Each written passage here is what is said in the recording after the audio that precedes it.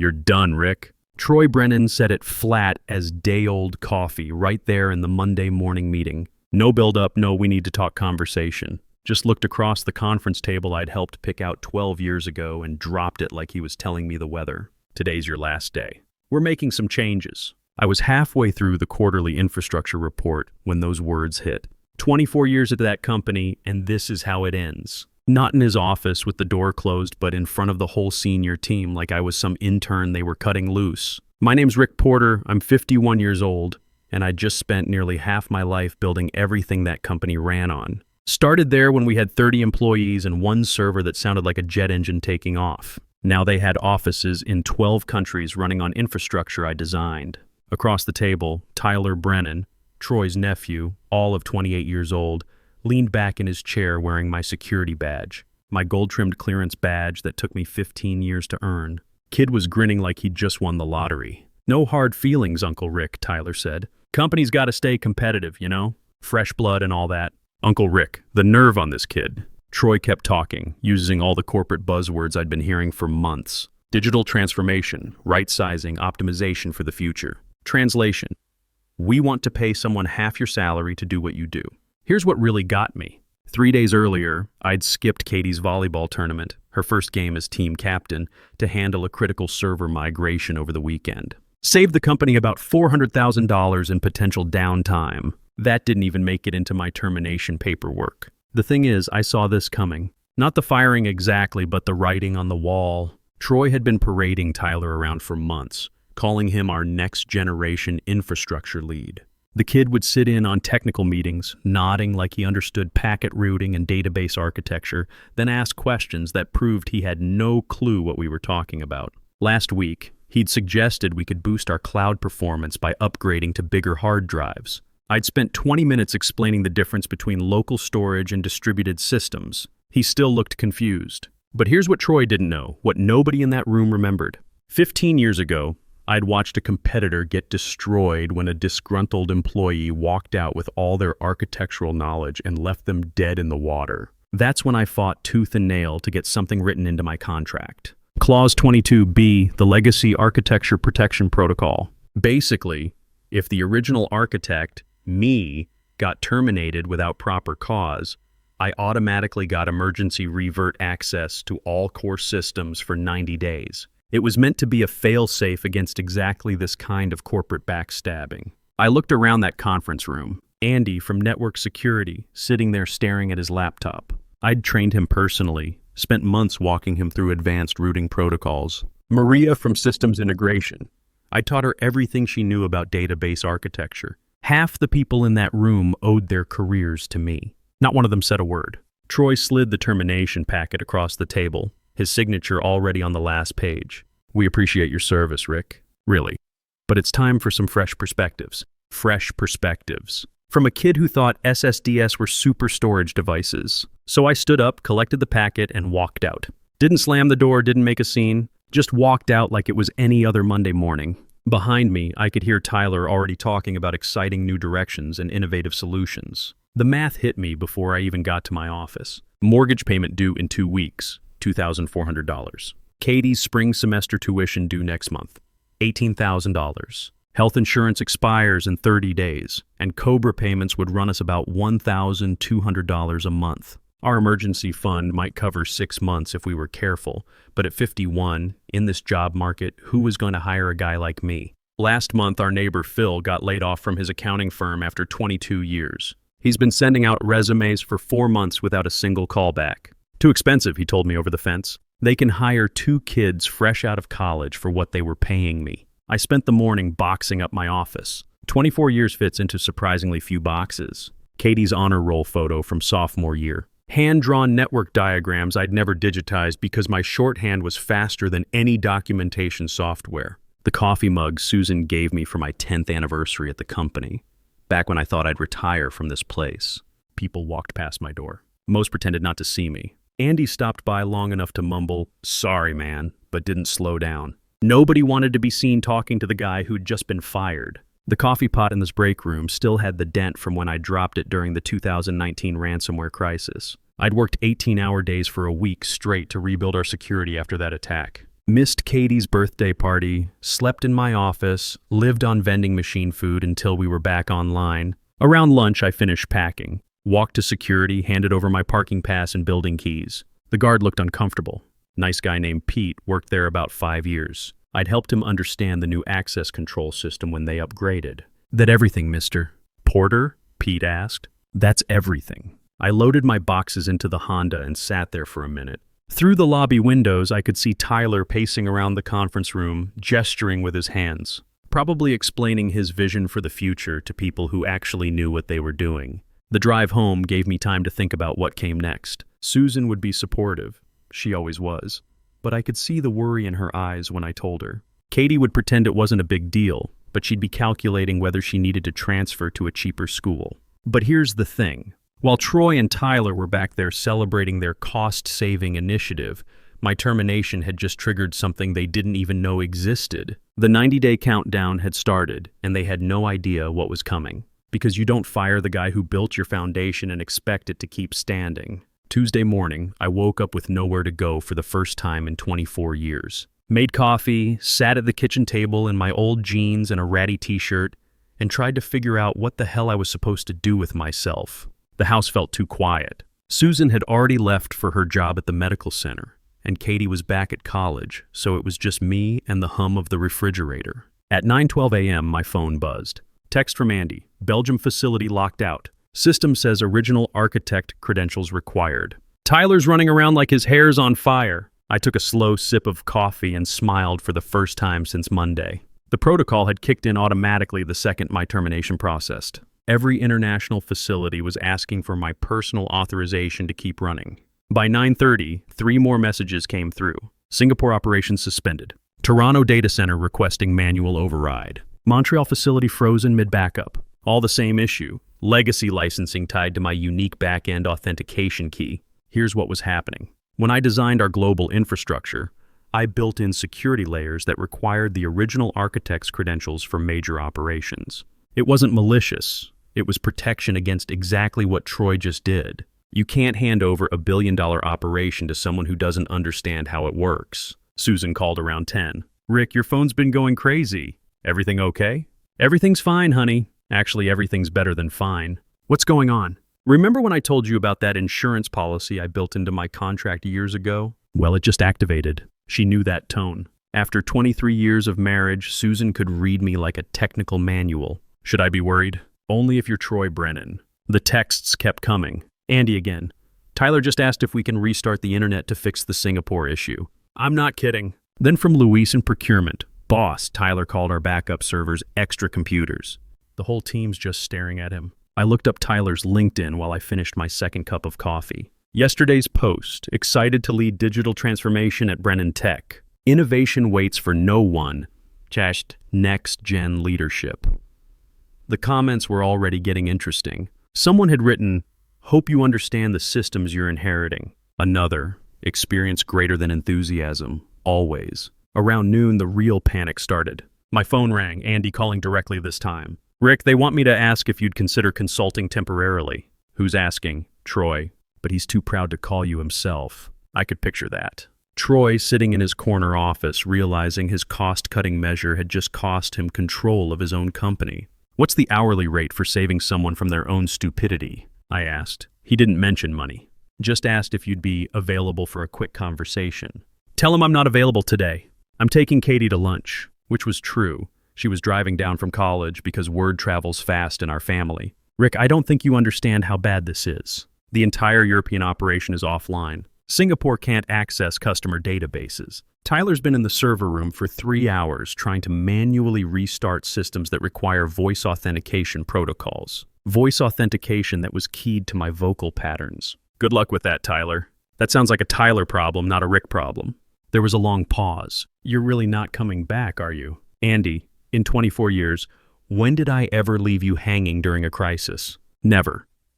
And yesterday, when Troy fired me in front of everyone, did you speak up? Another pause. Number. Then we understand each other. Katie showed up around 1 p.m. and we went to Murphy's Diner. She was picking at her fries when she looked up and said, Dad, you seem different.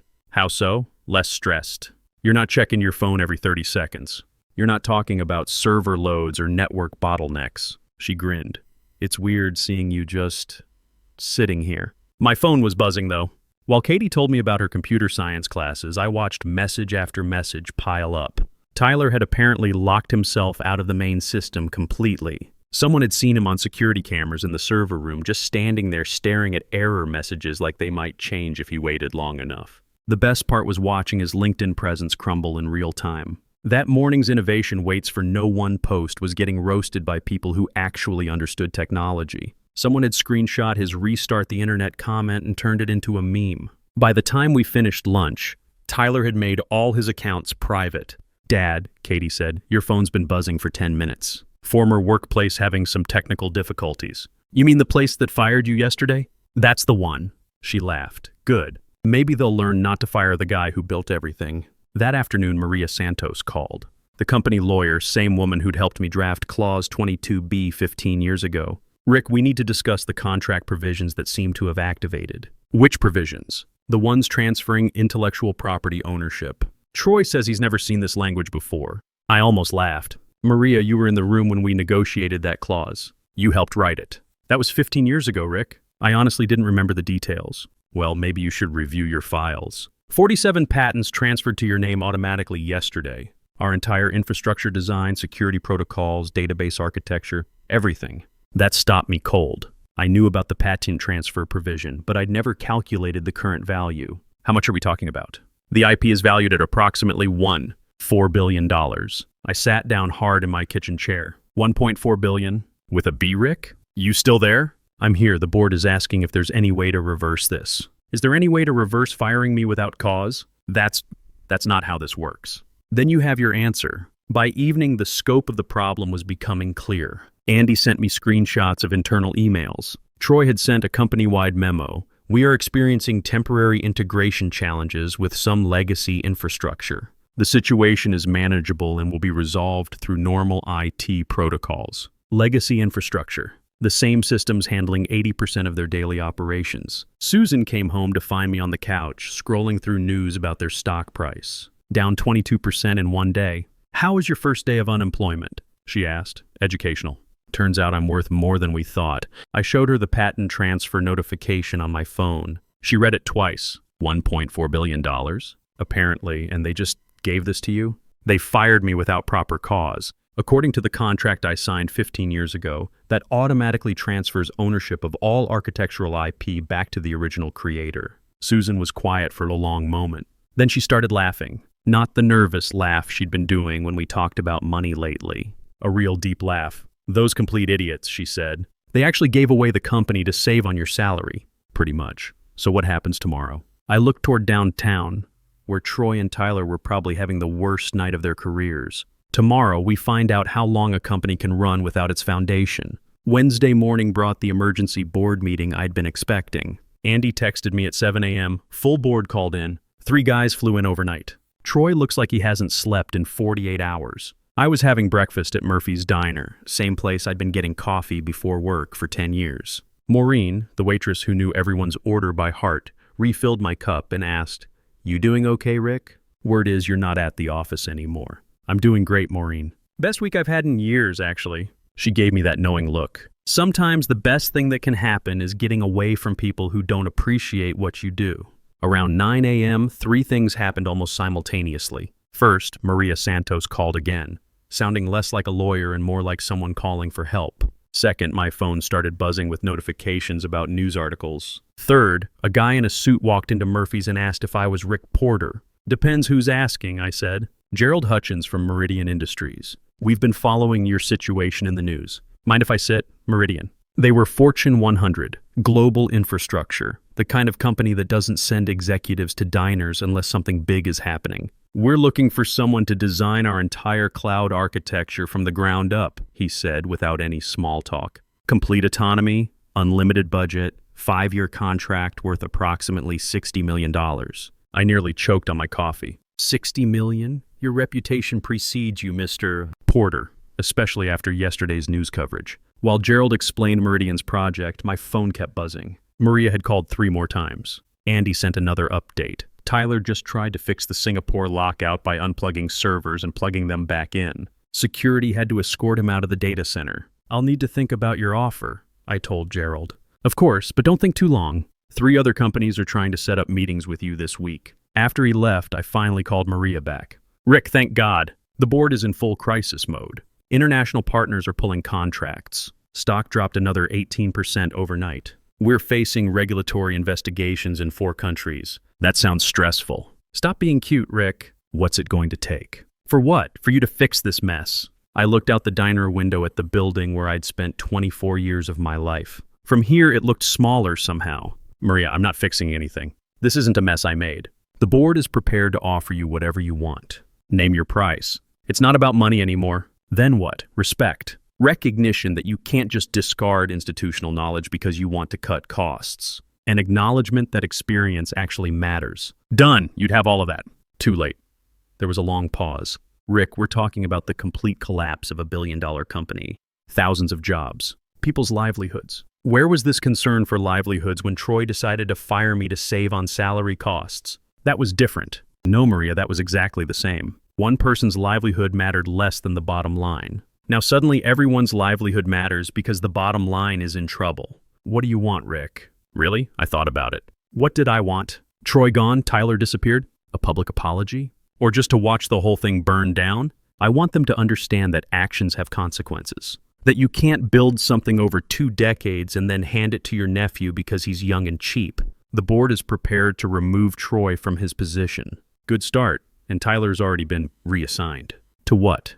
He's no longer with the company as of this morning. I finished my coffee and left Murphy's with more job offers than I'd had in my entire career. On the drive home, 3 more companies called. Real offers from people who'd read the news stories and wanted to know if I was available. The news coverage was something else. Tech veterans' quiet revolution in the business journal. When experience walks out the door in the financial press. The billion-dollar mistake on the front page of the local paper. My favorite quote was from a technology analyst. This is what happens when companies confuse cost-cutting with strategic thinking. You don't replace your foundation with cheaper materials and expect the building to stand. Katie called that afternoon. Dad, you're famous. Professor Williams spent half our systems architecture class talking about your case study. He called it the most elegant corporate revenge in tech history. It's not revenge, sweetheart. It's just consequences. Same thing, right? Not exactly. Revenge is personal. Consequences are just what happens when people make bad decisions. That evening, Susan came home with wine and 3 different newspapers. Look at this coverage, she said, spreading them across the kitchen table. Every single article mentions how long you worked there, how much you built, how impossible it would be to replace you. A lot of good it does now. Rick, look at this. She showed me her phone. 5 different headhunters called the house today. 2 venture capital firms want to fund whatever you do next. Someone from Microsoft called asking if you'd consider a consulting position. Microsoft, I'd never even thought about working for the big tech companies. Always figured I was just a small company guy. There's something else, Susan said. Troy called again. What did he say? That he needed to speak with you urgently about mutually beneficial arrangements. I told him you were busy. Doing what? Planning your future. Late that night, I sat on the back porch with a beer, looking at job offers on my phone. Meridian's $60 million contract. 3 other Fortune 500 companies with similar proposals. A startup offering me CTO position plus equity. Even a government contractor wanting me to redesign their entire cybersecurity infrastructure. 24 hours ago, I was worried about making the mortgage payment. Now I had companies bidding for my services. My phone buzzed one more time. Text from Andy. Rick, half the development team put in their notice today. They're all asking if you're hiring. I typed back, not yet, but soon, because here's what I'd figured out. This wasn't about Troy or Tyler or even the company that fired me. This was about proving that experience and expertise still matter in a world that thinks everything can be replaced with something younger and cheaper. And tomorrow I was going to start proving it. Thursday morning, I made a decision that would have seemed impossible a week ago. I was going to start my own company, not because I was angry, though I was. Not because I wanted revenge, though watching Troy squirm had been satisfying. I was doing it because 3 days of job offers had taught me something important. I wasn't just another 51-year-old guy worried about being replaced. I was the guy companies were fighting over. I started by driving around downtown, looking at office space. Found a perfect spot 4 blocks from my old building. 2nd floor, big windows, clean and quiet. The rental agent was showing me around when she mentioned the neighborhood. Lot of tech companies around here, she said. Big one right down the street, though they're having some problems lately. What kind of problems? Something with their computer systems. My cousin works there, says people are jumping ship left and right. Heard they fired some guy who'd been there forever and now the whole place is falling apart. I didn't tell her she was talking to that guy. You know what's crazy? She continued. 24 years that guy worked there. Built everything they use. Then they replace him with the boss's nephew who doesn't know the first thing about computers. Sounds like poor management. That's what my cousin said. Half the smart people are already gone, and the rest are updating their resumes. I signed a 6-month lease on the spot. Simple setup. Desk, chair, phone, high-speed internet. Put one thing on the wall, a wooden plaque that read Porter Systems Architecture. By lunchtime, I'd made my first hire. Called Andy at his personal number. Rick, I was hoping you'd call. I put in my notice this morning. Good. Want to come work for someone who actually knows what they're doing? When do I start? How about Monday? I'll be there. Bring anyone else you think we can trust. I've got a list. About 8 people who are ready to bail. The good ones. That afternoon, 3 more companies called with offers. A startup in Austin wanted me as CTO with equity that could be worth millions if they went public. A government contractor needed someone to redesign their entire cybersecurity infrastructure after a major breach. Even a European firm was interested in having me consult on their expansion into Asian markets. But the call that mattered came around 4 p.m. Charles Hoffman, board chairman at my old company. He didn't waste time on pleasantries. Rick, we need to end this. End what, Charles? You know exactly what. The stock's down 60%. We've lost 8 international contracts worth over $300 million. The SEC is asking questions about our infrastructure stability. 3 law firms are preparing class action suits. I was sitting in my new office, feet up on the desk, looking out the window at the building where I used to work. That sounds like a Troy problem. Troy's gone. We accepted his resignation this morning. What about Tyler? Tyler's been reassigned to other opportunities. Outside the company? So you fired your CEO and your next generation infrastructure lead in the same week. Interesting management strategy. Rick, name your price. Whatever you want. Salary, equity, title, complete autonomy. Just come back and fix this. I thought about it. Going back would be easy. Familiar. I could probably negotiate a package worth millions, fix their systems, be the hero who saved the company. Charles, I appreciate the offer, but I'm not interested in fixing your problem. Why not? Because it's not my problem anymore. You made that very clear on Monday. We made a mistake. You made a choice. There's a difference. What's it going to take, Rick? Nothing you can offer. I'm building something new. With what? You're one guy with an office. Today I'm one guy with an office. Next week I'll have a team. Next month I'll have clients. Next year I'll have what you used to have. A company that actually works. I hung up and looked at my list of potential hires. Andy was bringing 8 people. I'd gotten calls from 6 others who wanted to jump ship. My old QA manager had reached out through LinkedIn. Even Maria from Systems Integration had sent a carefully worded message asking if I might have future opportunities available. Friday morning, I got a call that changed everything. Dr. Elizabeth Warren from Stanford's Computer Science Department. Mr. Porter, I've been following your story in the business press. I'm wondering if you'd consider a guest lecture position. My students are fascinated by your case, how someone can embed protective measures into infrastructure design. What would I be teaching? Real-world systems architecture, the kind of practical knowledge you don't get from textbooks. How to build systems that last, how to protect your work, how to handle corporate politics when you're the one who keeps everything running. A teaching position at Stanford. That hadn't been on my radar at all. I'd be honored, Doctor. Warren, excellent. Would twice a month work? We can arrange your schedule around your other commitments. Other commitments. I like the sound of that. Saturday, Susan and I drove up to see Katie play volleyball. She ran over after the match, still sweating from the game. Dad, everyone's talking about you. My roommate's dad works in tech, and he said what you did is legendary. He called it the most elegant way to prove your worth ever documented. I didn't set out to prove anything, sweetheart. I just built protection into my work. Yeah, but now everyone knows you can't just throw away someone with real skills. My CS professor said your case is going to be studied in business schools for years. As what? How not to manage talent, and how real expertise always wins over corporate politics. That evening, I sat on the back porch with Susan, watching the sunset and planning the future. Porter Systems Architecture had 3 clients lined up, a team of experienced engineers ready to start, and enough project offers to keep us busy for 2 years. Any regrets? Susan asked. I thought about 24 years of my life ended in a conference room on a Monday morning by people who thought I was replaceable. Just one, I said. What's that? That it took them firing me to realize what I was actually worth. And now I get to build something that's actually mine. With people who understand that experience isn't a liability, it's the most valuable thing you can have. Monday morning, I unlocked the door to Porter Systems architecture for the first time as a business owner. Andy arrived 15 minutes early, carrying coffee for both of us. Ready to show them how it's really done? He asked.